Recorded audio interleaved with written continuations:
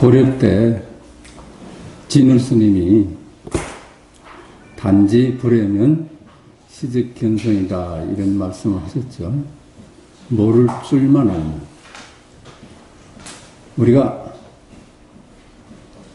진리를 참으로 모른다는 사실만 알면 바로 견성이다. 이것이 바로 견성이다.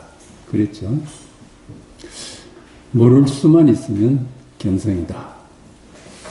그런데 우리가 아는 건 뭐예요? 우리가 아는 거는 이름을 알아요. 이름. 개념, 논리. 그것을 알지 이름 넘어의 것은 알 수가 없어요. 그거 왜 그래요? 우리가 아는 것은 고작 이름을 알 뿐이에요. 이름. 그러니까는 참으로 모르는 것이죠. 이름 말고는. 이 세상이 이름뿐이겠어요? 근데 아는 건 이름뿐이야. 그러니까 모르는 거라. 참으로 몰라. 무슨 논리나 뭐 다 그렇습니다. 책도 그렇고 무슨 학술 논문도 그렇고 아는 거는 이름이요 개념이요 이미지일 뿐입니다. 그러니까 우리가 파악하고 있는 이 세상은 어때요? 기껏 안다는 것이 이름을 알고 그 이미지를 알고 그 개념을 알 뿐입니다. 그러니까 이 실제를 어떻게 우리가 안다고 할 수 있겠어요? 이것만 분명하면은 바로 견성이라고 그래요. 이름을 알잖아요. 이름을 알아. 그런데 우리가 정작 모르는 건 뭘까요? 이름을 안다 하는 그 말에는 아는 놈이 있다는 얘기야. 그렇죠. 그러니까 이름을 안다는 말이 성립이 되지. 근데 그 아는 놈은 깜빡 놓치고 이름으로서 우리는 세상인 줄 알고 살았어요. 그러니까 모를 줄만 알면 바로 견성이다. 이렇게 말씀하셨던 거예요. 그러니까 얼마나 쉬운 얘기야. 우리가 아는 거는 개념일 뿐이다. 여기에 철저하면은 당연히 그 아는 자리가 썩 드러나게 마련이라. 그러니까 정작 아는 자리는 알 수가 없어. 그러니까 알았다고 하는 순간 우리는 이름을 안 거야, 결국은. 그렇잖아요. 나는 알았다 하고 손뼉을 쳐봐야 알았다, 이름을 아는 거야. 그래서 성가에서 개구즉착이다 그랬죠. 입을 열자마자 이미 그르친 것이다. 근데 어때요? 조주는 그 우리가 모르는 자리, 나의 본래 면목, 나의 실상을 묻는 제자의 질문에 뜰 앞의 잣나무다 그랬잖아요. 뜰 앞의 잣나무다는 이름이야, 그죠? 근데 거기에 이름에 감춰져 있는 것이 하나 있잖아요. 뜰 앞에 잣나무다고 아는 자리가 감춰져 있거든. 그거는 우리가 딱 놓쳤던 거야. 그러니까 공부는 끝나는 얘기 아니에요. 우리가 아는 건 이름일 뿐이다. 그런데 뜰 앞에 잣나무다 해. 그 이름 말고 거기 생명이 있잖아요. 이름 말고 거기 아는 자리가 있잖아요. 그게 우리의 본성이고 우리의 본래 면목이라. 그러니까 그 아는 자리를 깨닫는 것이 견성이라요. 그러니까 공부 다 한 거죠.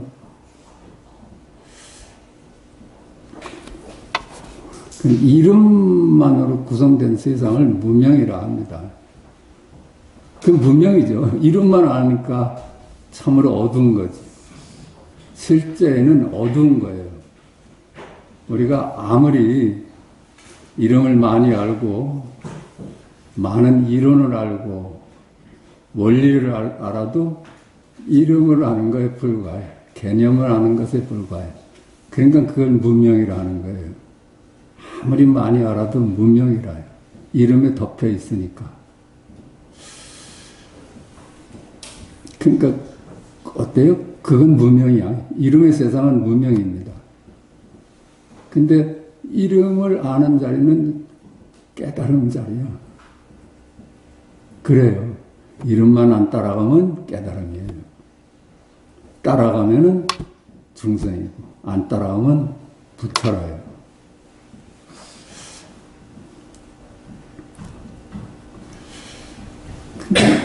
그렇게 보니까 우리가 모른다는 것도 깨달음이야. 그렇잖아요? 이름에 이제 안 따라가. 모른다는 것에 감춰져 있는 것이 아는 자리잖아요. 그러니까 모른다가 깨달음이고, 알겠다가 깨달음이야. 그러니까 그 깨달음이 어디 일이에요? 지금 여기 일이죠. 아무리 세상 만물을 보면서 하늘이 맑구나 해도 이름이잖아요. 그거는. 하늘이 맑구나 하고 이름을 따라하면 하늘에 가서 머물러. 그런데 거기에 감춰져 있는 깨달음이 있다는 걸 우리가 발견을 하면 여기 일이거든요. 이름은 저쪽 일이지만은 깨달음은 여기 일이라. 지금 여기. 일체 만물이 전부 지금 여기 일이야. 하늘이 맑다, 땅은 두껍다, 바람이 산들산달한다 하는 것이 이름을 따라가면 그만 이름의 세상에 파묻히는데 안 따라가 봐요. 그것이 그대로 깨달음이야. 그러니까 모르고 아는 것이 모두 깨달음이야. 가기 여기 지금 여기 일이야. 그러니까 알 수는 없지만은 말이죠. 알 수는 없지만 밝은 자리가 이게요. 표현하지만 우리가 아는 자리는 밝은 자리예요. 우리가 그렇게 얘기를 하잖아요. 저 사람은 막 아는 것도 많고 모든 것이 논리가 정연하고 지혜롭다 하지만은 사실은 그 사람은 어둠의 속에 사는 사람이야. 그러니까 그 이름 넘어가 밝은 자리야. 그 밝은 자리야. 그래서 총목볼이라고 해요. 눈에 부딪히는 것마다 밝은 자리예요. 이름과 모양만 가서 머물질 않으면은 눈에 부딪히는 것마다 볼이야. 깨달음이야. 그래서 그걸 일진법계다 그러잖아요. 하나의 진실한 세상일 뿐이다. 일진법계라. 얼른 얘기해서 깨달음 아닌 것이 어디 있어요? 하늘을 봐도 깨달는 거고 우주를 봐도 깨달음이고 우주 너머를 상상해도 깨달음 아니에요. 그걸 두고 일진법계라고 해. 그러니까 이 세상 그대로가 일진법계예요. 이름에만 묻히지 않으면은 이 세상 그대로가 법계고 진실이라. 그러니까 일상이 깨달음이 도, 일상이 도다 그랬죠. 그것들이 전부 지금 여기 일이야. 이름을 안 따라가고 모양을 안 따라가니까 거기는 동서남북도 없고 과거 현재 미래도 없고 안과 밖도 없어. 그것들이 다 이름의 세상이잖아요. 이름이 없는데 그 자리가 어떻게 동서남북으로 나뉘고 과거 현재 미래로 나뉘겠어요. 그냥 모두 지금 여기 일이라고 할 수 있죠. 이 세상은 말이죠. 부처님의 커다란 꿈이라고 그래. 그걸 또 하느님의 유일자, 기독교에서 그렇게 표현하죠. 오직 존재하는 그분의 큰 꿈이다, 대몽이다 이렇게 얘기를 하죠. 그 유일자가 누구예요? 기독교에서는 유일자라고 표현을 했는데 우리 불교에서는 천상천하 나 홀로다. 그냥 천상천하의 너가 독존이다 하랬잖아요. 그게 유일자예요. 이게. 그러니까 나라는 거는 천상천하 유아 독존인 그 자리라요. 진화. 우리가 얘기하면 진화. 그러니까 이 세상은 유일자의 꿈이고 천상천하 유아 독존의 꿈이고 그것이 나이니까 나의 꿈입니다. 이 세상은 내가 꾸는 꿈일 뿐이야. 근데 그 나는 말이야, 우리가 생각하는 나, 내 몸, 내 마음, 이것도 꿈의 일부예요. 꿈의 일부야. 그러니까 너 나가 그러니까 둘이 아니라 그러죠. 너 나가 따로 있으면은 그게 아니지. 너 나가 둘이니까 너 나라는 구별은 꿈일 수밖에 없지. 그러나 이제 그래. 그러니까 너도 없고 나도 없고 세상 만물이 하나도 실다운 것이 없어. 모두 허망하고 그림자일 뿐이야. 근데 우리 일상은 어때요? 우리 일상은 그 깨달은 안목만 주장을 한다면은 그걸 법집이라고 그래. 너도 없고 나도 없고 세상 만물이 한 물건도 따로 없다. 그러니까 너도 없고 나도 없다 하면서 네가 나고 내가 너다. 그럴 수 있어요? 그러니까 네게 내 거고 내게 네 거다. 어? 네 마누라가 내 마누라다. 이럴 수 있어요? 그렇게는 아닌 거야. 그러니까 나는 나로 쓰고 너는 너로 쓰는 이 입존수수의 세상을 얘기할 수밖에 없는 거야. 둘이 아니면서 둘입니다. 둘이 아니면서 둘이야. 둘이 아니다고만 주장을 하면 그걸 법집이라고 그래. 법에 꽉 묶여서 사는 놈이야. 그 나는 나로 쓰고 너는 너로 쓰고 산은 산으로 쓰고 물은 물로 쓰고 착함은 착함으로 쓰고 악함은 악함으로 쓸 수밖에 없는 거라. 그런데 그렇게 쓰는데 둘이 아님이 분명하게 와서 닿으면은 거기엔 미워함이 없어요. 양변에 대한 미움이 없어. 악한 놈도 미워하는 게 아니고 착한 놈도 미워하지 않고 선악을 쓰면서 살아요. 그거가 다른 거야. 우리들 중생은 나쁜 놈은 나쁜 놈이고 좋은 놈은 좋은 놈이다 해서 저 내면에 깊숙이 미움이 깔려 있는데 그렇지 않아요. 둘이 아니니까.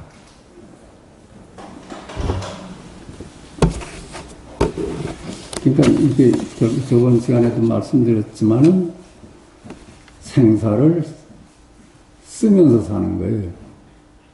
응? 계무생사는 불여 용무생사다 그랬죠. 생사 없음을 개합해서 증득하는 것은 용무생사, 생사를 쓰면서 사는 만 못하다. 그렇죠. 계무생사 한다고 해서 거기 집착하고 있으면 법에 집착하는 거예요. 그러니까 우리 깨달음이 참으로 쉬운 문제예요.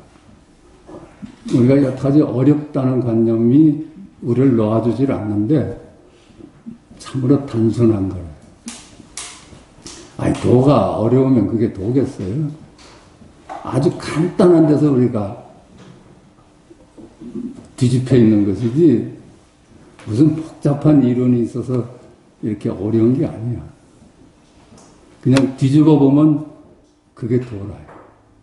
아는 것의 세상이 이름일 뿐이다. 이렇게 우리가 파악을 했으면 그 아는 놈이 있잖아.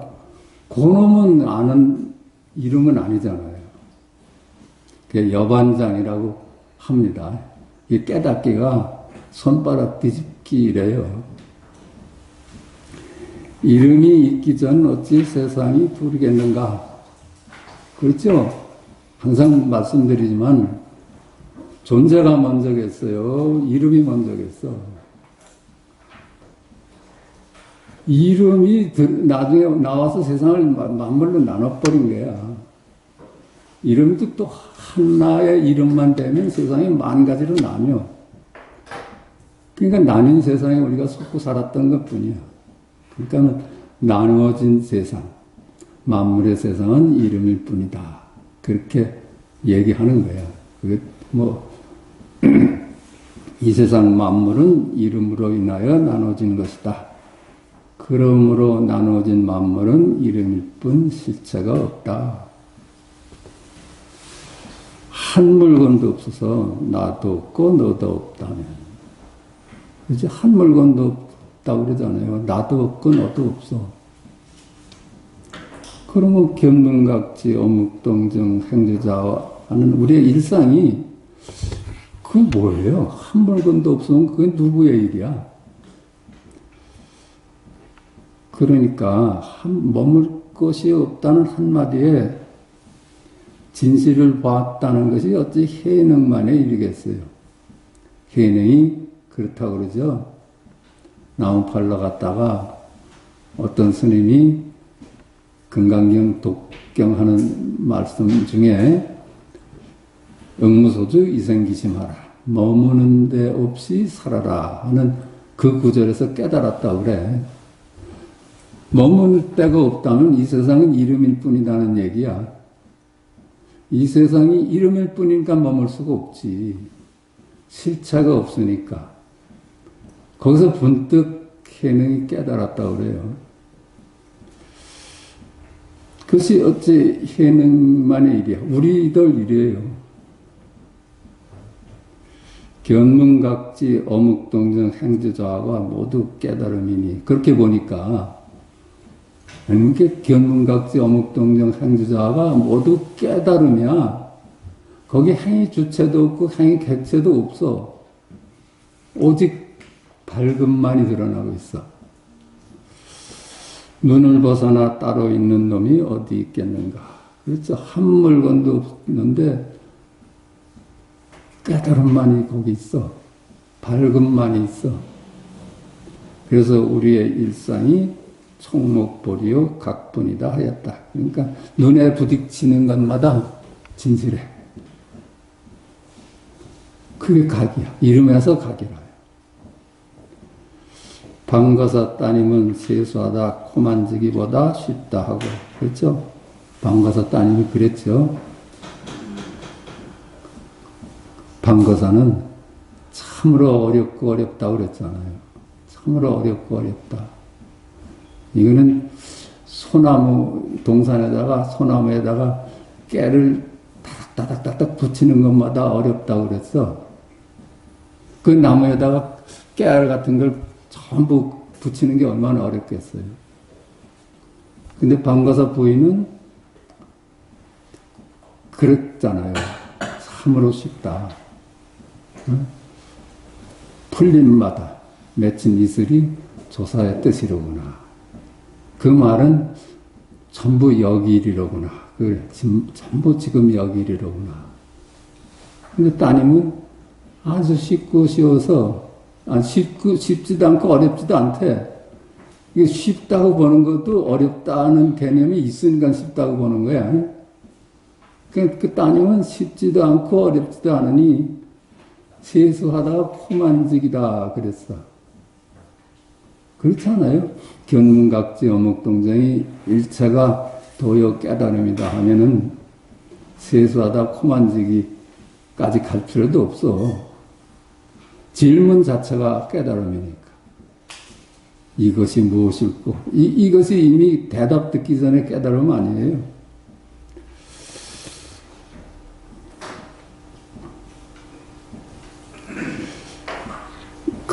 또 누구는 여반장이라 하였지만, 그 여반장, 손바닥 뒤집는 거, 쉽다 하였지만은 이거는 코 만지기 전이고 손바닥 뒤집기 전이야. 나는 누구일까? 이 질문이 대답 듣기 전이잖아요. 대답을 못하러 기다려요. 나는 누구일까? 이목구에서 그만 질문을 내려놔야지. 코 만지기 전이고 손바닥 뒤집기 전이다. 그렇죠? 세수하기 전이에요. 아이고 세수해야 되겠다. 이게 깨달음 아니에요. 조주의 뜰 앞의 잣나무도 그러니까 코 만지기 전이요 손바닥 뒤집기 전이다. 코 만지기 전이고 손바닥 뒤집기 전이라면은 어때요? 조주의 뜰 앞의 잣나무도 구차하지 않아요. 도가 아닌 것이 어디 있다고 뜰 앞에 잣나무다고 얘기를 해. 응? 임재의 방망이도 사적이다.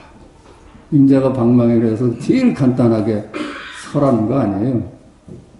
깨달음을 제일 단순하게 보여줬는데 이것도 사적이지. 할 필요가 없는 거야. 방망이 들기 전이고.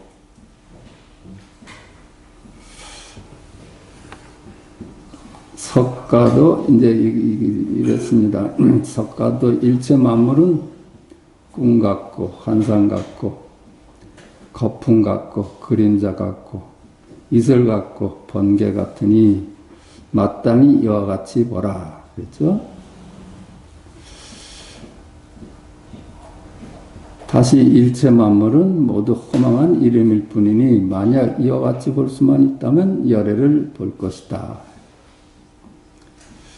나가 나다 너다 중생이다 부처다 생명이다 무생명이다가 모두 이름일 뿐 그러한 것이 따로 없다 하였다.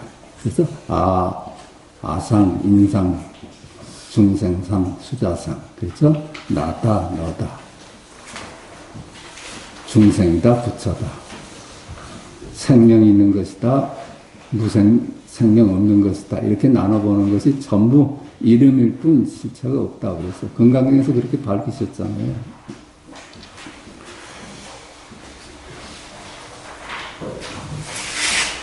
우리가 진정 있는 그대로의 실상에 목말라 하고 석가의 위와 같은 가르침을 두고 그 가르침이 석가의 일이 아니라 나의 일로 받아들이고 믿었다면 그렇죠. 이게 우리가 놓친 게 그래요. 정말 우리가 질문에 철저했다면은 이렇게 금강경 가르침을 듣고서 그럼 뭐야? 그럼 우리가 일상은 그럼 진실은 뭐야 하는 질문을 했어야 돼. 온통 그림자고 온통 이름일 뿐이라고 여기서 밝히셨으니까 그것만의 세상은 아닐 거 아니야. 당연히 우리가 질문을 갖고 살았다면은 그러면 뭐야? 그럼 뭐가 진실해? 이 질문이 나왔어야 돼요. 우리 그렇게 안 살았어. 저도 그랬고 그랬어요.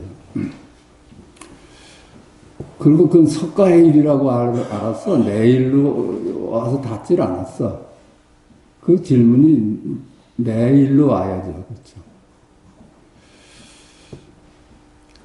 그렇다면 내 일로 받아들이고 믿었다면 우리는 반드시 다음의 질문을 내려놓을 수 없을 것이다. 즉 나도 없고 너도 없다는 말씀인데 그렇죠. 일체 만물이 개시 허망하다고 그래. 이름일 뿐이다. 그렇다면 나도 없고 너도 없다는 얘기야. 그렇다면 우리의 일상인 견문각지, 어묵동정, 행주자원은 도대체 누구의 일이며 어찌된 일일까? 이 질문이 있었어야 되지 않을까요? 여기에 우리가 눈을 뜨지 못했던 거예요. 근데 제가 전에도 말씀드렸지만 제 후배들 데리고서는 막걸리 한 잔 사주면서 일체가 허망하다고 한다고 불교 이 금강경 강의를 했어요. 일체가 허망하다고 말씀하신다, 석가는. 그래서 참 그렇게 떠들었는데 한 친구가 그럼 일체가 그림자라면 진실은 뭐예요? 하고 묻더라고요. 그때 확 막히더라고요. 생각을 안 해봤어. 그때 머리가 확 돌아가면서 이대로다 그랬어. 그것이 지금까지도 정확한 답이었어. 그때 그게 정확한지 몰랐어. 그때의 하고 지금 하고 한치도 다르질 않아. 그때 그게 그렇게 그냥 그렇게 했지만은 그게 진실이었어.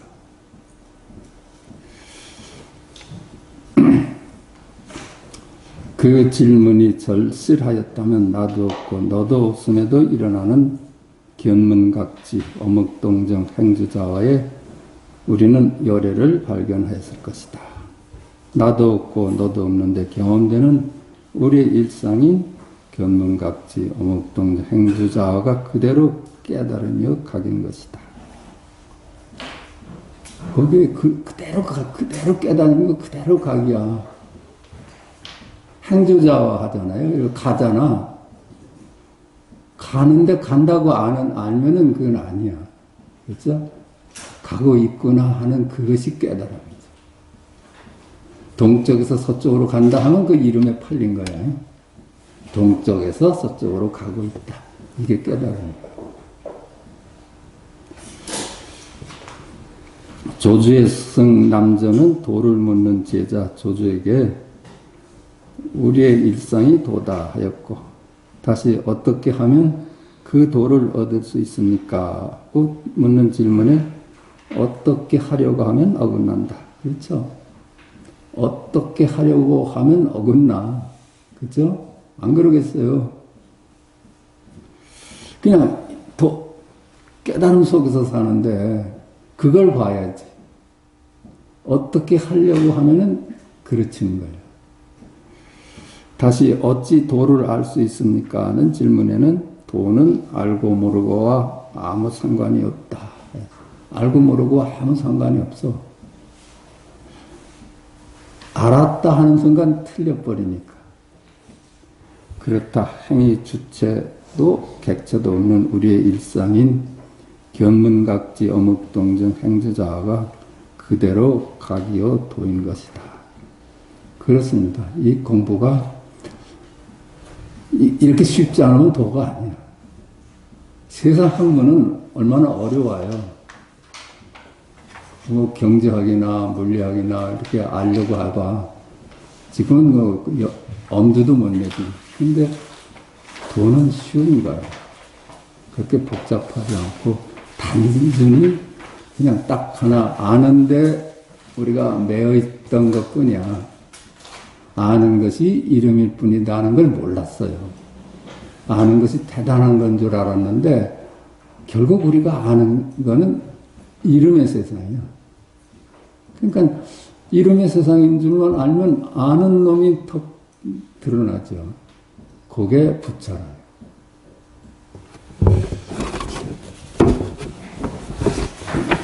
책을 봅시다.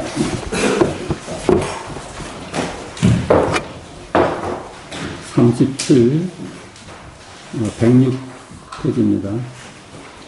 법에는 높고 낮음이 없으니 만약 높고 낮음을 본다면 잘못된 법이다. 그렇죠? 높다, 낮다 하는 건 나눠보는 거야. 분별을 따라가는 거야. 이름의 세계입니다. 근데 높다가 깨달음이고 낮다가 깨달음이에요. 잘못된 법은 뗏목이 되고 올바른 법은 사람이 된다. 그렇죠?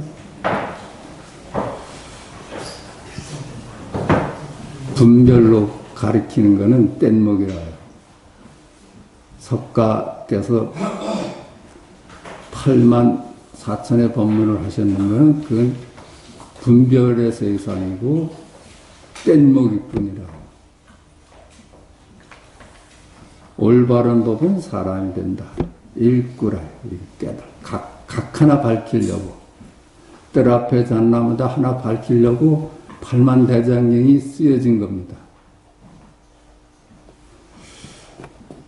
뗏목이란 사람이 그 뗏목을 타는 것이니 그렇게 하여 잘못된 법을 건너가면 올바른 법이다. 그렇죠?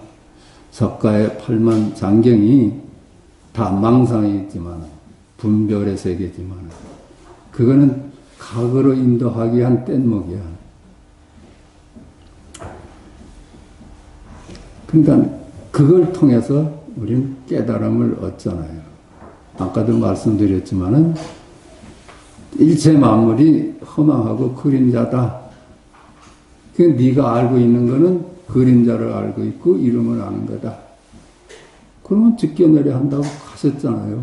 그 직견예래 하나 밝히려고 8만의 장경을 말씀하신 거라. 만약 세속의 일로서 말한다면 남자와 여자와 귀함과 처남이 있고 도로 말한다면 남자도 여자도 귀함도 처남도 없다. 세속의 말로서는 나눠진 세상이니까 그렇죠?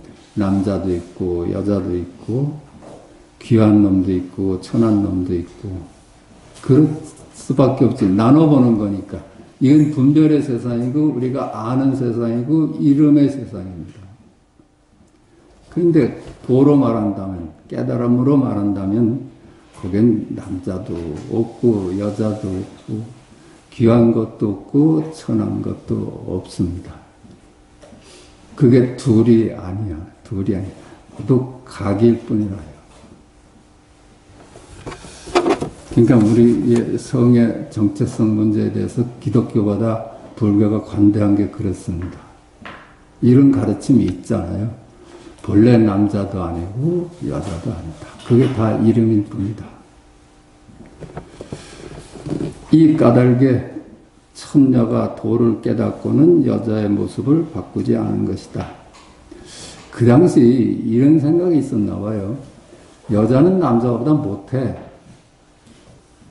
그래서 깨달으면 당연히 남자의 몸으로 바꿔야 돼. 이런 사고가 있었나 봐요. 그러니까는 깨달은 천녀한테 너 깨닫고 나서도 왜 그 여자 몸을 지니고 사느냐. 이제 남자의 몸을 지내야 되지 않느냐. 그랬더니 이 천녀가 뭐라고 해요? 나는 여자라고 생각해 본 적이 없다. 그래요. 그렇죠. 남녀를 구분한다면 둘로 나눠보는 거잖아요. 찬다카가 진리를 깨달았으나 어찌 자기의 본래 천한 이름을 바꾸었는가. 바꿀 일이 없잖아요. 내 이름을 뭐 그렇게 부모님이 지어줄 리야 없지만은 그렇게 예전에 무슨 수명장수하라고 개똥이라고 이름 지었죠. 우리들은 그걸 알아요. 개똥이라고 그래. 오래 살라고. 근데 걔가 깨달았으면 개똥이라는 이름을 바꾸려고 안 하겠지. 이렇게 남녀와 귀천의 구분을 잘못되었다고 여기는 까닭은 그러한 구분이 모두 하나의 모습에 집착하는 것이기 때문이다. 그렇죠? 둘로 나눠보고 하나는 귀하고 하나는 천하다고 보기 때문이다. 그렇게 보면 집착을 하죠. 천년은 12년 동안 여자의 모습을 찾았으나 찾을 수 없었으니 12년 동안 남자의 모습을 찾아도 찾을 수 없다는 것도 알 수 있다. 여기에서 12년이란 곧 12처이다. 그러니까 그렇게 또 방편을 썼네. 육근육경을 12처라고 그러잖아요. 거기에 어디에도 남자란 요소도 여자란 요소도 없다는 거예요. 마음을 떠나서 부처는 없고 부처를 떠나 마음은 없다. 그렇죠? 마음이 곧 부처고 부처가 곧 마음이다. 그러면 그 마음이 부처이니까 그렇게 말하면 또 이 마음이 이름이잖아요. 그러니까는 조제는 뜰 앞에 잣나무다 하고 마음을 보여준 거라.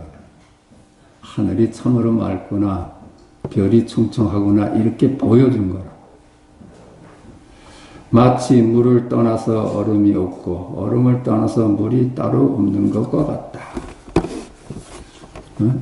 얼음과 물과 수증기와 H2O가 둘이 아니야. 둘이 아니고 모양만 바꿔가는 거지. 근데 우리가 견해에 잡힌다면 물하고 얼음을 둘로 보죠.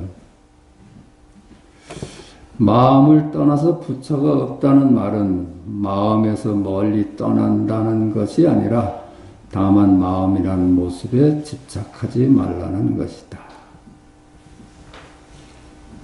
그 마음을 떠나서 부처가 없다는 말은 마음에서 멀리 떠난다는 것이 아니라 마음이라는 모습에, 마음이라는 이름에 집착하지 말라는 것이다. 마음이라는 이름에 집착하면 다시 아는 것이 되어버려요. 근데 마음, 이거는 이름이 아니에요. 마음, 물질, 이건 이름이 아니에요. 깨달음이고 각이고 아는 자리라. 경전에서 말하기를 모습을 보지 않는 것을 일러 부처를 본다고 한다고 하였으니 이것이 곧 마음의 모습을 떠난다는 말이다. 그 모습이나 이름을 따라가지 않으면 그게 부처예요. 그렇잖아요. 각이야. 저기 시간을 봐요. 11시 5분이로구나. 이게 각이야. 근데 저 시간에 가서 머물면 속는 거라요. 마음의 모습을 떠난다는 말이다. 부처를 떠나서 마음이 없다는 것은 부처가 마음에서 나타나니 마음이 부처를 만들 수 있다는 말이다. 부처를 떠나서 마음이 없다는 것은 부처가 마음에서 나타나니 이 마음이 말이죠. 부처도 만들어내고 중생도 만들어내고 세상 만물을 다 만들어내요. 그 세상 만물이 마음을 만들어내진 못해요. 마음이 세상 만물을 다 창조해내지. 그러나 부처가 마음에서 나타나지만 부처가 마음을 만드는 적은 없다. 그렇죠? 이 하느님이나 신이나 이런 것이 다 마음이 분별해서 만들어낸 것들 아니에요. 그 분별해서 만들어낸 신이 어떻게 인간을 창조해요? 우상이고 그림자고 이름일 뿐인데. 마치 물고기가 물에서 생겨나고 물이 물고기에서 생겨나지 않는 것과 같다. 그렇죠? 이 세상 만물은 마음으로 인하는 것이에요. 이 세상 만물에 의해 가지고 마음이 생겨나는 게 아니야. 물고기를 보려고 하면 물고기를 보기 전에 먼저 물을 보아야 하듯이 부처를 보고자 하면 부처를 보기 전에 먼저 마음을 보아야 한다. 그 마음을 그냥 깨달아 버리니까 거기서 온갖 물건이 다 나와. 창조주예요. 창조주. 그러므로 물고기를 보았으면 물은 잊어야 하는 것처럼 부처를 보았으면 마음을 잊어야 함도 마찬가지다. 이름은 잊어버려야 돼. 깨달으면 말이죠. 아, 그렇구나. 하면 이름을 놔버려야 돼. 만약 마음을 잊지 않는다면 도리어 마음에게 속으니 만약 물을 잊지 않는다면 도리어 물에게 속아서 물고기를 놓치고 헤매는 것과 같다. 그렇게 보고선도 자꾸만 이름에 머물고 있으면 속가요. 그러니까 이름을 찾고 있는 거예요. 그렇죠? 아, 마음뿐이로구나. 마음뿐이로구나. 세상 만물이 다 마음에서 나왔구나. 이렇게 알아도 마음이라는 이름에 지우가 안 됐으면은 이름에 속고 있는 거예요. 그 마음이 그럼 뭐냐. 그럴 때 참으로 하늘이 막습니다 하고 마음을 보여줬어요. 39. 중생과 깨달음 역시 마치 물과 얼음의 관계와 같다. 삼독의 불에 불탄다면 중생이라고 일컫고 삼의 탈에 의해서 깨끗해지면 깨달음이라고 일컫는다. 중생의 깨달음 역시 마치 물과 얼음의 관계이다. 그게 물과 얼음이 둘이 아니잖아요. 그게 물과 얼음이 둘이 아님을 보는 것이 깨달음이에요. 물과 얼음이 둘이 아닌 자리는 뭐예요? 물과 얼음의 공통분모는 뭐예요? 얼음이다, 물이다, 이 마음의 공통분모예요. 그러니까 우리는 만법이 귀일하잖아요. 하나로 돌아가. 공통분모가 하나라는 얘기야. 하나 아닌 하나라는 얘기야. 그러니까 만법이 귀일하지. 하나로 돌아가자. 하나로. 그 공통분모를 잊어버리니까 각각이 돼버리는 거예요. 공통분모를 갖고 있으면은 그 분자는 분자대로 살아있으면서 공통분모로 사는 거예요. 삼독이 불에 불탄다면 중생이라고 일컫고 삼의 탈에 의하여 깨끗해지면 깨달음이라고 일컫는다. 그렇죠? 삼독이라는 거 탐진치에 그것이 실제인 줄 알고 분별 속에서 살면은 그걸 중생이라 하고 분별에서 벗어나면은 그것이 깨끗해지면 깨달음이라고 한다. 그게 뭐 삼의 탈이라는 게 뭐 보니까 공의 탈, 공을 깨닫는 것, 다 전부 실체가 없는 이름일 뿐이다고 깨닫는 것, 전부 무상하다고 깨닫는 것. 그러니까 원이 없어. 원이 있을까요? 그러니까 우리의 그 원은 세상 만물이 따로따로 존재한다고 할 때 원을 갖는데 여기서는 원이 사라지죠. 무원. 우리 대학 선배가 자기는 무원으로 산다고. 원한 바가 없는 걸로 삶을 살겠다. 그래요. 일체 만물이 그림자인데 원이 있겠어요? 삼동에 얼어붙으면 얼음이라고 일컫고 삼하에 녹는 물이라고 일컫는다. 그렇죠? 삼동에는 겨울 석 달, 네, 물이 얼으면 그건 얼음이라 하고 여름 석 달, 삼하에 물이 녹으면은 물이라고 일컫는다. 이름이 달라진 것 뿐이라요. 얼음을 버리고서 따로 물이 있지 않고 중생을 버리고서 따로 깨달음이 있지 않다. 얼음이 물이고 물이 얼음이다. 중생이 부처고 부처가 중생이다. 전부 다 이름일 뿐이다. 원래 있는 그대로는 마음이요 깨달음입니다. 물이다 이게 깨달음이고 얼음이다 이게 깨달음이고 그렇죠? 부처다 이게 깨달음이고 중생이다 이게 깨달음이에요. 그래서 이름에 머물면은 뭐 중생이고 이름에 머물지 않으면 각이고 깨달음. 얼음의 본성이 곧 물의 본성이고 물의 본성이 곧 얼음의 본성이듯이 중생의 본성이 곧 깨달음의 본성임을 분명히 알 수 있다. 만법이 규율에 하나로 돌아가. 각 하나로 돌아간다. 그러니까 분모가 무한이에요. 전부 그 무한이 안고 있는 자리다. 분자의 세계는.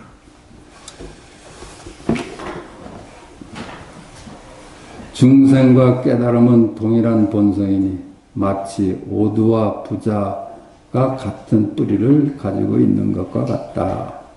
중생도 부처고 깨달음도 부처야. 중생과 깨달음이 공통분모가 같아요. 그러니까 동일한 본성이야. 그건 전부 다 이름일 뿐이고 중생이다가 깨달음이고 부처다가 이게 깨달음이야. 이름을 따라가면 중생과 부처가 나뉘잖아요. 그런 이름에 잡혀버리는 거야. 그러니까 마치 오두와 부자가 같은 뿌리를 가지고 있는 것과 같다. 뿌리가 같다는 얘기예요. 뿌리, 같은 식물이랍니다. 같은 식물인데 두 가지 이름이 있잖아요. 근데 뿌리는 하나라요. 우리가 공통 마음법이 귀라는 그 자리는 마음인데 마음을 바탕으로 다 살고 있거든요. 그 마음으로 살고 깨달음으로 사는 거예요. 다만 시절이 같지 않아서 어리석음과 깨달음이라는 다른 경계가 있는 까닭에 중생과 깨달음이라는 두 개의 이름이 있는 것이다. 아직 시절 인연이 닿질 않아서 시절이 인연이 무르익어야지 이게 와서 닿는다는 얘기야. 그 시절 인연이 저는 그렇게 생각해요. 시절 인연이 다 돼서 우리가 이 공부를 한다고 봐요. 조사선을 만난 것도 이거 대단한 시절 인연이야. 그리고 우리가 일주일마다 이렇게 만난다는 게 이게 시절 인연이야. 그러니까 깨달음은 뭐 여반장이에요. 손바닥 뒤집을 필요도 없어.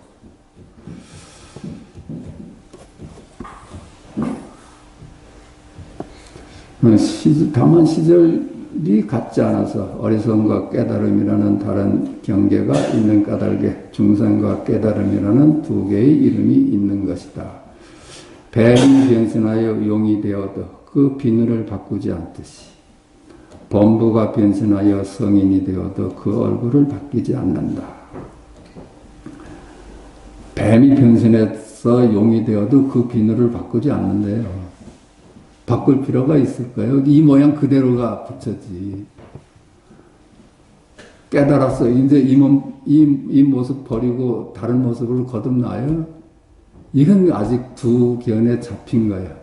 이대로가, 못난 것 이대로가, 추한 모습 이대로가 부처지. 부처가 되면 추한 모습에서 잘난 모습으로 바뀌는 게 아니라는 얘기야. 범부가 변신하여 성인이 되어도 그 얼굴을 바꾸지 않는다. 다만 마음은 지혜로 내면을 비추고 몸은 계율로 외면을 바르게 함을 알면 될 뿐이다. 깨달으면 될 뿐이다. 그렇죠? 깨달으면 될 뿐이야. 깨달으면 될 뿐이야. 깨달으면 전부 다가 바른 계행이 나옵니다. 깨달은다고 뭐 이제 너도 없고 나도 없고 선도 없고 악도 없다. 그러니까 막 살아도 된다. 이거 아니야. 그건 깨닫지 못한 거예요. 둘로 보니까 막 살아도 된다 이런 얘기를 하지. 그렇지 않아요? 참으로 법도에 맞게 됩니다. 40. 중생은 부처를 제도하고 부처는 중생을 제도하니 평등이라고 일컫는다. 중생이 부처를 제도한다는 것은 번뇌가 깨달음을 낳는 것이고 부처가 중생을 제도한다는 것은 깨달음이 번뇌를 없애는 것이다. 중생은 부처를 제도하고 그렇잖아요.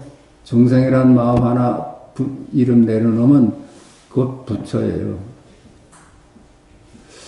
중생하고 부처가 만났어요. 그 서로 제도하려고 그래.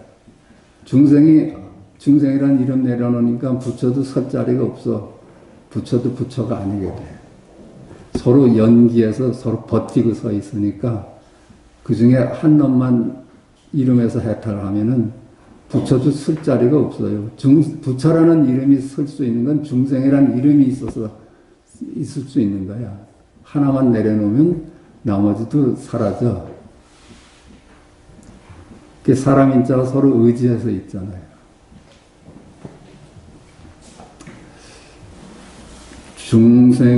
부처는 중생을 제도하니 평등이라고 일컫는다. 중생과 부처가 평등하다는 얘기야. 이름만 빼놓으면 평등하잖아요. 둘이 아니잖아.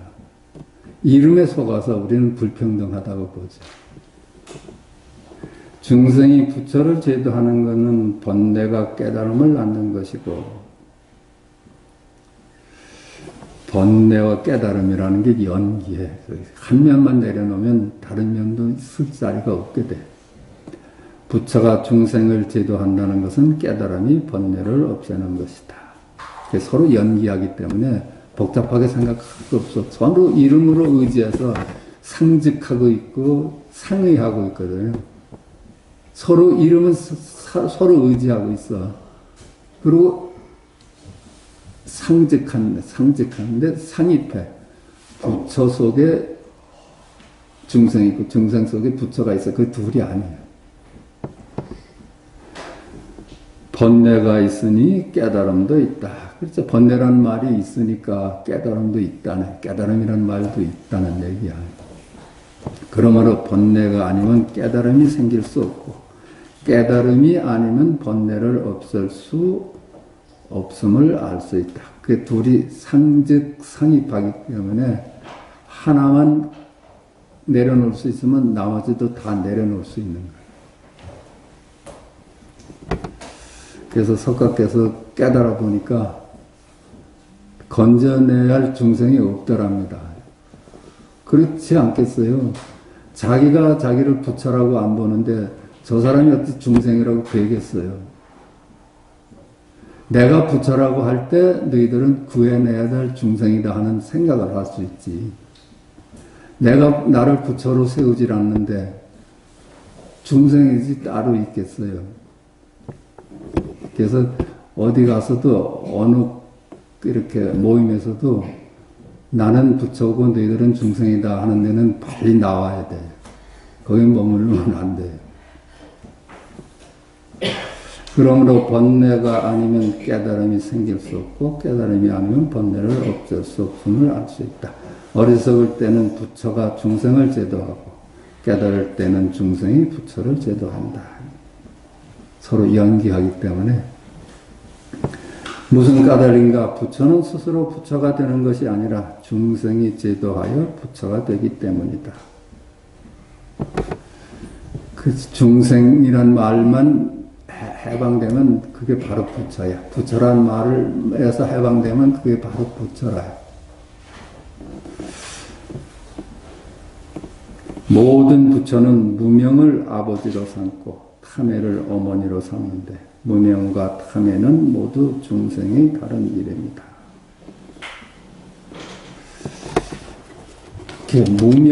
무명을 아버지로 삼고 탐해를 어머니로 삼아 그것이 없으면은 깨달음도 있을 수 없어요. 이름이 없으면은 깨달음을 어떻게 증득을 해요?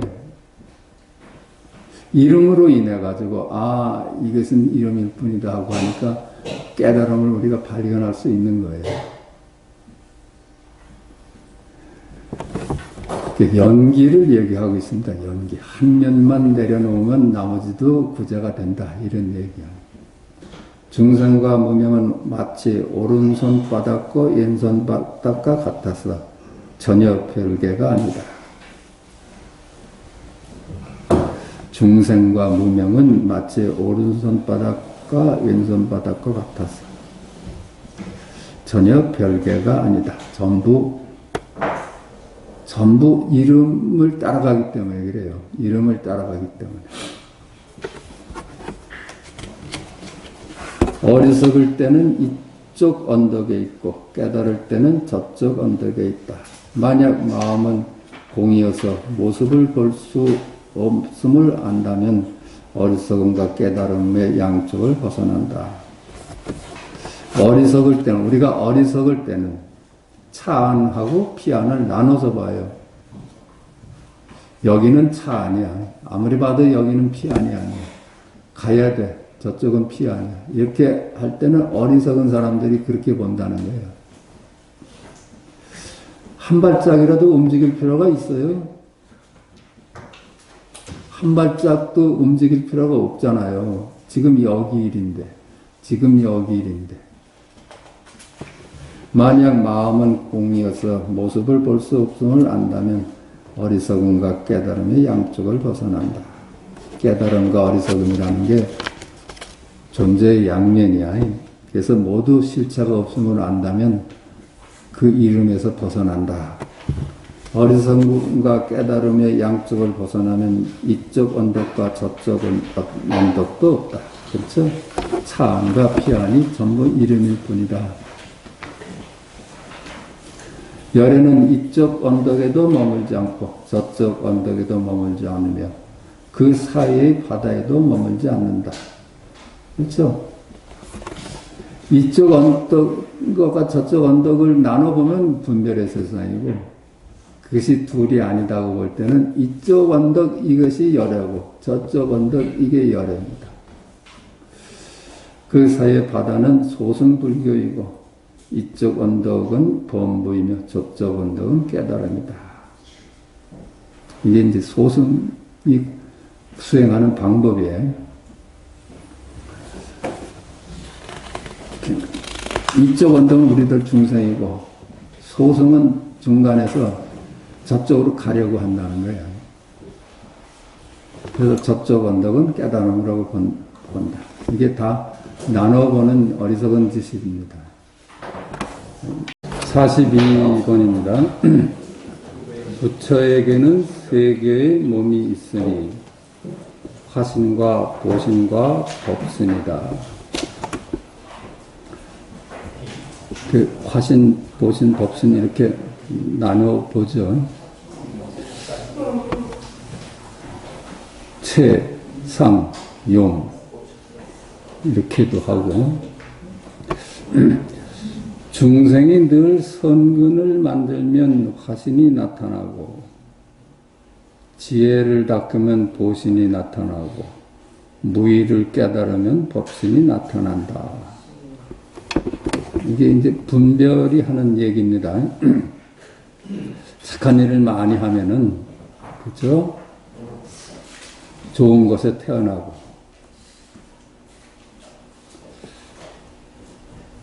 그래서 뭐 인연도 수성해질 수 있고 근데 지혜를 닦으면 보신이 나타나고 닦은 만큼의 근사한 몸을 타고난답니다. 그러니까 보신, 그 보답으로 오는 몸. 무의를 닦으면 법신이 나타난다. 이렇게 보는 것이 분별이 하는 거야. 그렇지 않겠어요? 유의행위지. 선근을 만들면 이게 유의행위고 지혜를 닦으면 이게 유의행위야. 그런데 무의를 깨달으면 법신이 나타난다. 오직 무의만이 법신을 증득할 수 있는 것이다. 뭘 하려고 하면은 과보로 뭐를 받지만은 부처를 깨닫는 거는 뭘 하는 거로는 안 된다 이런 얘기야. 온 우주를 날아다니며 자유로이 구제하는 것은 화신불이고 어리석음을 끊고 선을 닦아서 설산에서 도를 이루는 것은 보신불이고 아무 말 없이 깨끗하고 변함없이 머무는 것은 법신불이다. 이게 그 얘기입니다. 오직 법신불은 무의만이 해낼 수 있는 거예요. 뭘 하고자 하면은 전부 이름과 모양에 떨어진 것입니다. 지극한 도리를 말한다면 하나의 부처도 오히려 없는데 어떻게 셋이 있겠느냐 이 얘기야. 지극한 도리를 말한다면 하나의 부처라고 얘기해도 잘못된 것이죠. 둘이 아닌데 하나의 부처도 오히려 가당치도 않은 얘기인데 어떻게 셋이 있겠느냐. 이렇게 삼신을 말하는 것은 다만 사람의 지혜에 상중하가 있기 때문이다. 이렇게 방편으로 말하는 것이지 화신불이나 보신불을 얘기하지 마라. 오직 법신, 깨달음만이 우리의 본래 면목을 증득하는 일이다. 이 얘기를 하고 있습니다. 낮은 지혜의 사람은 헛되이 복을 복의 힘을 일으켜서 헛되이 화신부를 본다. 그래 낮은 지혜의 사람은 무에 이르지 못하고 지혜의 눈을 못 뜨면 잠깐 뭐가 되려고 그래. 이렇게 유의행을 하면은 헛되이 화신부를 본다. 중간 지혜의 사람은 헛되이 번뇌를 끊어서 헛되이 보신부를 본다. 그러니까 중간 지혜의 사람은 헛되이 번뇌를 끊어 소승들이 하는 그 수행을 두고 하는 겁니다. 소승들은 헛되이 번뇌를 끊으려고 해. 그래서 묵묵히 좌선을 하면서 생각으로부터 벗어나려고 그래. 그런 사람들이 보신부를 본다. 높은 지혜의 사람은 헛되이 깨달음을 얻어서 헛되이 법신부를 본다. 그보다 높은 사람은 깨달음이 어디 따로 있다고 해서 깨달음을 향해서 가. 이게 다 분별이 만들어내는 세상들이라. 그런데 이것들은 이제 분별이 하는 짓 아니에요. 소승은 생각을 자꾸만 해서 도망가서 저 피 안에 이르려고 그러는 거. 근데 높고도 높은 최고의 지혜의 사람은 안으로 두루 고요함을 비추어 보아 마음을 밝히면 곧 부처이니 마음을 상대하여 부처를 얻는 것이 아니다.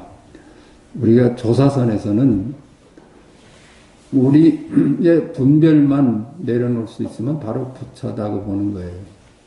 우리가 속고 있는 두 가지 양면을 내려놓을 수 있으면 그 바로 부처지, 거기에 닦을 필요도 없고 어떤 수행을 감히 할 필요도 없다는 거야. 단지 우리가 이름에 속고 있었구나.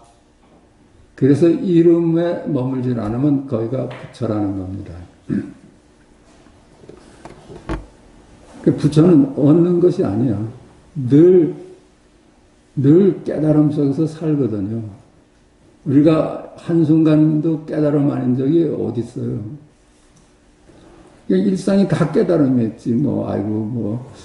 배가 고프니 밥 좀 먹어야 되겠다. 이거 깨달음이에요.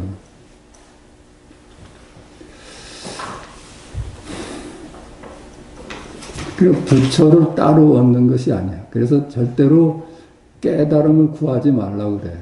네가 그대로 깨달음인데 깨달음을 왜 따로 구하느냐. 그러므로 삼신과 만법은 모두 취할 수도 없고 말할 수도 없음을 알 수 있다. 그러니까 이것이 모두 이름일 뿐이라요. 화신, 법신, 보신 이런 게 전부 이름들이야. 이름을 가지고 우리가 얻으려고 하고 수행도 하고 그러면은 그르친다는 거예요. 얻을 만한 놈이 안 돼. 그저 분별만 내려놓으면은 이름으로부터만 해방되면은 아는 것으로부터만 놓여나면 거기가 깨달음이다. 아는 것을 따라가기 때문에 그 뒤에 숨겨있는 아는 자리를 놓쳤던 것뿐이야.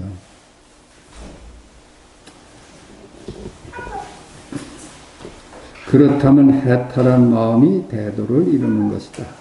그래서 이름으로부터 놓여나는 것이 대도를 이루는 것이다.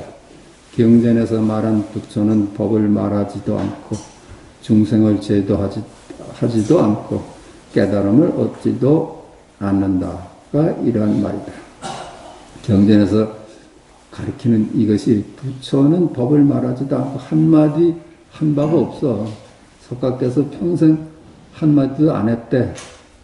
언제나 깨달음이었지 말이 아니었어요. 언제나 그분은 각이었지 무슨 말을 해도 그분은 각이었지 말이 아니었거든. 중생을 제도하지도 않고 그분한테는 중생과 부처가 따로 없어. 그게 제도한다는 것이 가당치 않음을 알아요. 모두 보니까 부처거든. 모두 깨달음으로 살거든. 그분의 눈에는 그렇잖아요. 석가가 깨닫고 보니까 한 사람도 구제할 사람이 없어. 이미 다 구제가 돼 있거든. 왜 그래요? 그 사람은 다 깨달음으로만 봐. 저 사람도 깨달음으로 살고 이 사람도 깨달음으로 살아. 그 부처의 눈에는 부처밖에 안 보이는 거예요. 중생이 안 보이는 거라. 깨달음을 얻지도 않는다가 이러한 말이다. 그 이름을 얻는 것뿐이야. 중생은 업을 만들고 업은 중생을 만드니 금생에 업을 만들고 내생의 과보를 받아서 벗어날 길이 없다. 중생은 잠깐만 이름에 서가지고 이름에 서가서 이름을 추구해 가면은 그게 업이라요. 이름의 세상 아니에요. 이름의 세상에 그래서 이름으로 뭉쳐진 게 나예요. 제 과거를 생각해 보면 그때 무슨 좋은 일도 했고 그때 무슨 못된 짓도 하고 뭐 이런 걸 기억하고 너는 누구냐 하면 솔직히 말해봐라 하면 그걸 다 얘기하거든요. 그걸 자기로 삼고 있는 거야. 이 이름으로 뭉쳐진 나를. 그건 업이죠. 그렇죠? 아, 그게 전부 이름이고 실체가 없는 거라구나 봤을 때 이름으로부터 우리가 놓여나는 거라. 이름이 나 아니에요? 우리가 생각하는 나는 이름이 나예요. 너는 누구냐? 나는 어떻게 어느 집안에서 태어나서 뭐 무슨 하고 무슨 못된 짓을 하고 뭐 무슨 잘난 짓을 하고 이렇게 이름져서 기억된 거를 나로서 내놓을 수밖에 없어. 넌 누구냐 하면. 그러면 그게 그냥 업이지. 자기가 그걸로 아니까. 중생은 업을 만들고 업은 중생을 만드니 금생의 업을 만들고 내생의 과보를 받아서 벗어날 길이 없다. 이름을 자기로 아니까 그 업에서 벗어날 길이 없습니다. 자기가 그걸로 자기를 삼으니까. 오직 지인만이 이 몸속에서 어떤 업도 만들지 않기 때문에 과보를 받지도 않는다. 오직 지극한 사람, 부처만이 이름에 속지를 않으니까 어떤 업도 만들지 않는다. 그런 겁니다. 이름에 속으면 업이 돼요. 경전에서 말하기를 어떤 업도 만들지 않으면 저절로 도가 얻어진다고 하였으니 어찌 헛된 말이겠는가. 어떤 업도 만들지 않으면 어떤 유의행위도 하지 않으면 이 말이야. 유의적인 행위가 없어. 이 사람은 착한 일이라고 생각한 적도 없고 나쁜 일이라고 생각한 적도 없어. 이게 다 이름이 분별하는 것들 아니에요. 나는 이렇게 평생 착한 일을 하면서 살았다 하면 그게 업이 돼요. 그렇지 않겠어요? 착한 놈이라는 업을 갖고 살게 되고 나는 이렇게 못된 짓으로서 평생을 채웠을까 하면 그게 업이라요. 세상에 선악이 없다고 그러잖아요. 선악이 없는데 그게 어떻게 착한 짓 한 것이 업이 될 수 있고 나쁜 짓 한 게 업이 될 수가 있겠어요. 내가 이름에 속은 것뿐이지.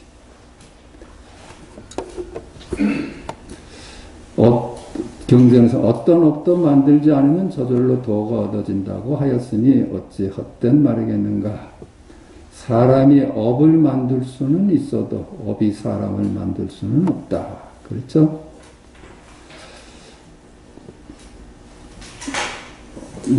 이름이 나를 만드는 거예요. 언어가 나를 만드는 거예요. 당신이 누구냐 하면은 12가지 직업을 다 명함에 적은 걸 나한테 주는 사람도 있더라고요. 나는 이렇게 살았다. 그 사람의 업을 보는 거예요. 아, 이 사람은 이렇게 살았구나. 사람이 업을 만들면 업과 사람이 모두 생겨나고 사람이 업을 만들지 않으면 사람과 업이 모두 사라진다. 그렇지? 분별이 사라진다. 업은 분별의 산물이니까.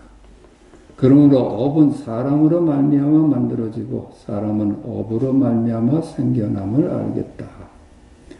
그러니까 업은 사람으로 말미암아 만들어지고 내가 따로 있다는 것 때문에 업이 생기는 거라요. 내가 따로 없는데 업이 붙을 데가 어디 있겠어요. 사람은 업으로 말미암아 생겨남을 알겠다. 업이 사람이다. 업이 그 사람이에요. 업이 에고다. 그 얘기입니다. 사람이 만약 업을 만들지 않으면 업이 사람으로 말미암아 생겨나는 일이 없으니 마치 사람이 돌을 널리 펼 수 있으나 도가 사람을 널리 펼 수 없는 것과 같다. 그래서 이게 사람이 만약 업을 만들지 않으면 업이 사람으로 말미암아 생겨나는 일이 없죠. 내가 분별해서 벗어나면은 내 일생이 업이 될 수가 없어요. 업이라는 건 분별이 모여서 되는 거니까. 마치 사람이 돌을 널리 펼 수는 있으나 도가 사람을 널리 펼 수는 없는 것과 같다. 그러니까 내가 따로 있으면은 업이 된다는 얘기야. 내가 없으면은 업이 될 일도 없죠.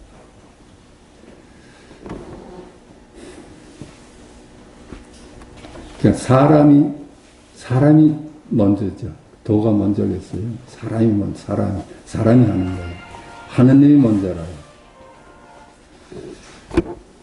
오늘날의 범부는 흔히 업을 짓고서는 망령되이 과거가 없다고 말하니 어찌 괴롭지 않으랴. 만약 지극한 도리를 논한다면 앞마음이 업을 짓고 뒷마음이 과거를 받으니 어찌 벗어날 수 있겠는가. 오늘날의 범부는 흔히 업을 짓고서는 망령되이 과거가 없다고 말하니 어찌 괴롭지 않겠느냐. 이게 본래 우리가 내가 없다, 내가 없으니 업도 없다 하는 생각만 가지고 이 세상을 막 살면 그게 다 업이 된다는 얘기를 해요. 분명히 깨달음을 얻어서 본래 내가 없는 거로구나. 그래서 그걸 철저히 깨달아가지고 생각, 분별, 이름으로부터 벗어나야지 업이 되질 않지. 이름으로부터 벗어나지 않았는데도 이 부처의 경지가 어떻다는 것만 생각을 하고 막식을 하면 전부 업으로 돌아온다는 얘기야. 만약 지극한 도리를 논한다면 앞마음이 업을 짓고 뒷마음이 과거를 받으니 어찌 벗어날 데가 있겠는가. 그래? 우리가 또 생각할 수 있는 것이 그거잖아요. 백장은 불매인가다 하고 불락인가다 한 사람은 그 여우 몸을 받은 스님이었잖아요. 업이 불매인가다 하는 얘기를 자세히 들여다봐야 돼. 업으로부터 놓여놨는데 업이라는 현상은 철저하게 있다는 얘기라. 그게 둘이 아니란 얘기야. 세속법과 출세간법이 둘이 아니다 그래. 출세간에 머물면서 세속을 살아. 그 출세간을 깨달아야지 업이 아닐 수가 있어.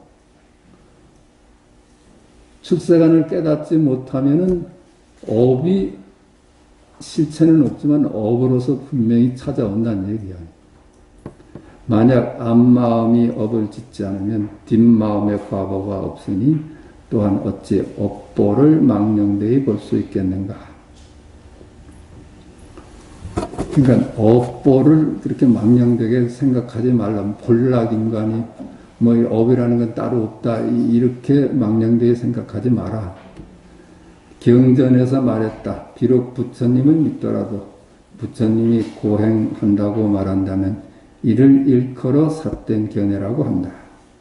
비록 부처님을 믿더라도 부처님에게 황금으로 만든 창과 말먹이인 보리 등의 과보가 있다고 말한다면 이를 일러 믿음이 갖춰지지 않았다 하고 일천재라고 한다. 경전에서 말했다.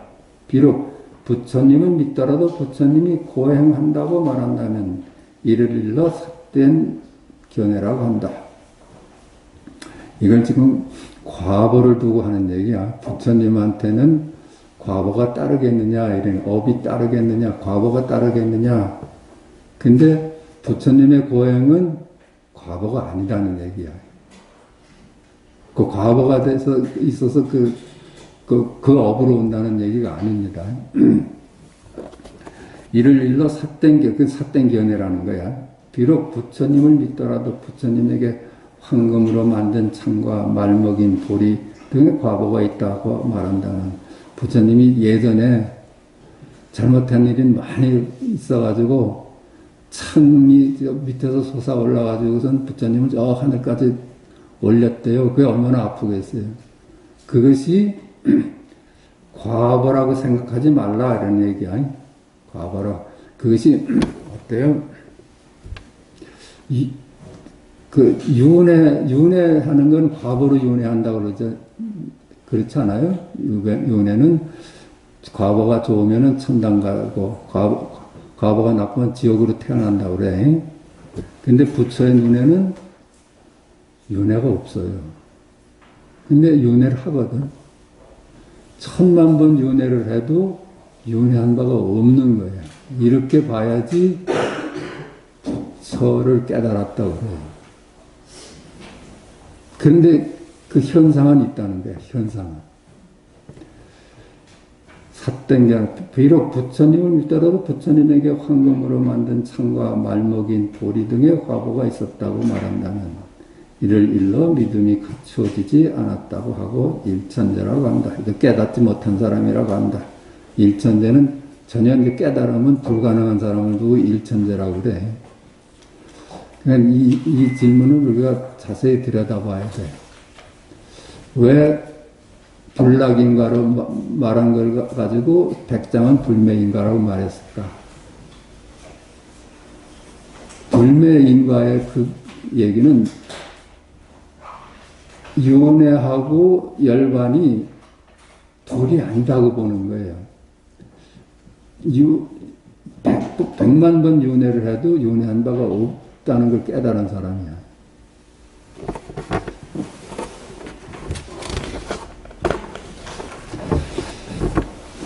성인의 법을 깨달은 자를 일러 성인이라고 하고 범도의 법을 깨달은 자를 범도라고 한다. 성인의 법은 뭐예요? 중도요. 중도. 둘이 아닌 자를 깨달은 사람을 성인이라고 하고 범도의 법을 깨달은 자를 범부라고 하고 인과를 깨달은 사람을 범부라고 한다. 다만 범부의 법을 버리고 성인의 법으로 나아갈 수만 있다면 범부가 성인이 되는 것이다. 인과법을 버리고 중도의 법으로 나아갈 수만 있다면 범부가 성인이 되는 것이다. 인과법은 이제 둘로 보는 걸 전제로 하니까 세간의 어리석은 사람은 다만 성인을 멀리 찾으려 할 뿐 깨달아 지혜로운 마음이 곧 성인임을 믿지 않는다. 그 어리석은 사람은 다만 성인을 멀리서 찾아 자기 마음을 보질 못하고 밖으로 찾아 깨달아 지혜로운 사람은 곧 성인임을 믿지 않는다. 자기가 그저 분별로부터 노연하면 성인이라는 걸 몰라. 분별로부터 노연할 생각을 안 하고 스승을 찾아다녀. 이런 얘기야. 경전에서 말했다. 지혜가 없는 사람들 속에서 이 경을 말하지 마라. 그래서 우리 그 사람이 아니면 이 불법을 얘기하지 말래요. 들을 수 있는 사람, 들을 준비가 되어 있는 사람한테나 얘기를 하지 이 얘기 함부로 하지 말래. 그럼 함부로 하다는 매맞지요. 네. 이 경이란 마음이고 법이다. 그렇죠? 이 경이란 마음이고 법이다. 뜰 앞에 잣나무다. 이게 팔만 대장경입니다.